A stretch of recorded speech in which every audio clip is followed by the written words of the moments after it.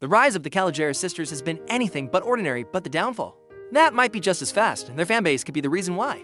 The Caligera sisters blew up online practically overnight. One week they were posting challenge videos, the next they were on red carpets and snagging brand deals. But behind the hype, a darker story has been building. Their fans, once seen as loyal supporters, have become notorious for crossing lines, threats, bullying, rumors, and offending the indefensible.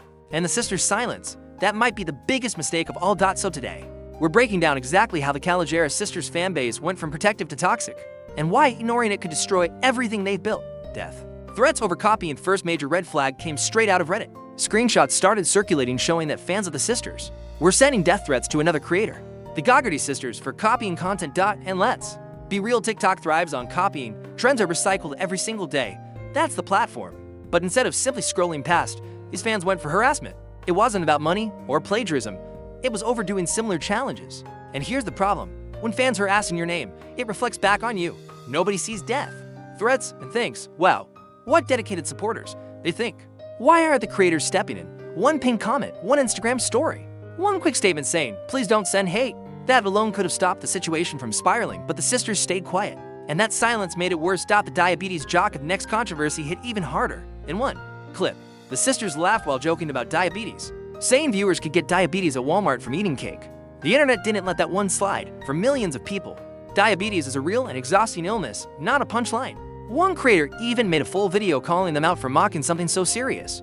But instead of their fans recognizing this as out of line, the comment section flipped. People typed things like, as a diabetic, it's not that deep.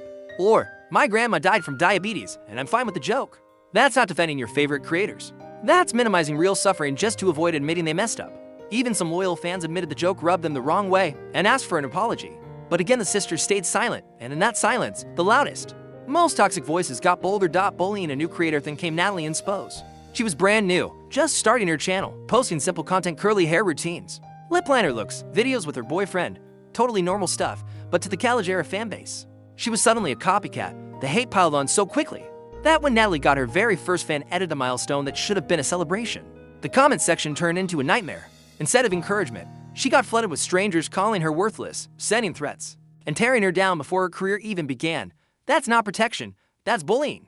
And considering these edit wars were everywhere on TikTok, it's impossible to believe the sisters didn't notice. Yet they stayed quiet. And now, whenever people talk about their fan base, the Natalie situation always comes up as proof of how cruel things can get. Spreading lies about other creators, and if harassment wasn't bad enough, fans also began spreading outright lies about other creators, all to boost the sisters. Take Ha Evelyn, for example. Rumors suddenly appeared claiming she was racist with zero proof. Fans took a throwaway clip about food and twisted it into something it wasn't. Or the Sternolo triplets suddenly labeled as rude, misogynistic, and money-hungry by the same fanbase. But those boys are known for having one of the most loyal communities on the app. The claims didn't stick, but the smear campaign said a lot about how far Caligera fans were willing to go. And here's the irony, before the sisters blew up, their own fanbase used to drag them. One Reddit post broke it down perfectly. Eliana was called ugly, Demi was mocked as pick me, Sunday was clowned for her poses. The hate was non-stop. Then, once their male friends started appearing in videos and gaining attention, everything changed overnight. Suddenly, the sisters were gorgeous, hot, and cute. The switch-up wasn't about content, it was about clout. That's the heart of the problem, support rooted in hype, not genuine respect for their work.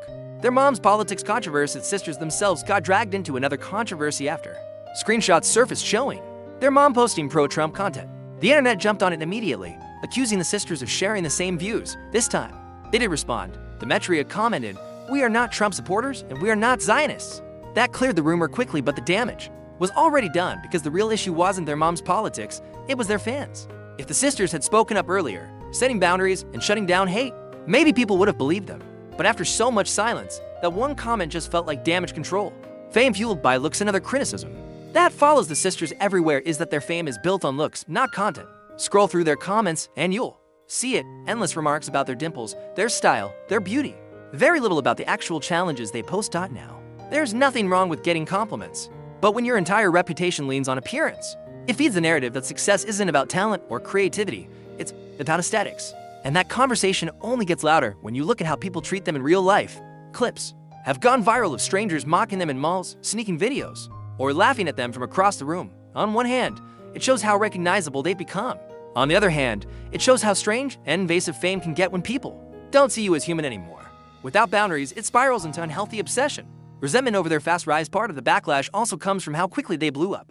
There are creators grinding daily for years with little recognition. Then the Caligera sisters appeared, and suddenly they were everywhere. Meet and greets packed, viral numbers, brand deals, red carpets. For struggling creators, that kind of overnight success feels unfair. It's not their fault, but it fuels resentment. And when you mix that resentment with a fan base that attacks critics, it makes the sisters look even more out of touch. The bigger picture looking back, a pattern becomes clear. Every time controversy surrounds the Caligera sisters, their fans don't just defend them, they escalate the situation. Death threats, mocking illnesses, bullying new creators, spreading lies, fighting anyone who disagrees. And through it all, the sisters have stayed quiet. But here's the truth: silence isn't neutral.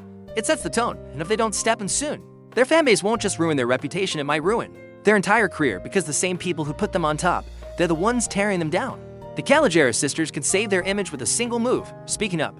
One pinned comment, one video asking their fans to chill, one public acknowledgement that this behavior isn't okay. But the longer they wait, the more every scandal stacks against them. If they don't act soon, they won't be remembered for their viral success. They'll be remembered for how fast it all fell apart. Thanks for watching. What do you think? Should influencers be responsible for calling out their fanbase when things go too far? Or is it unfair to put that weight on them? Drop your thoughts in the comments. Hit that like button if you found this breakdown useful. And don't forget to subscribe for more deep dives into online drama.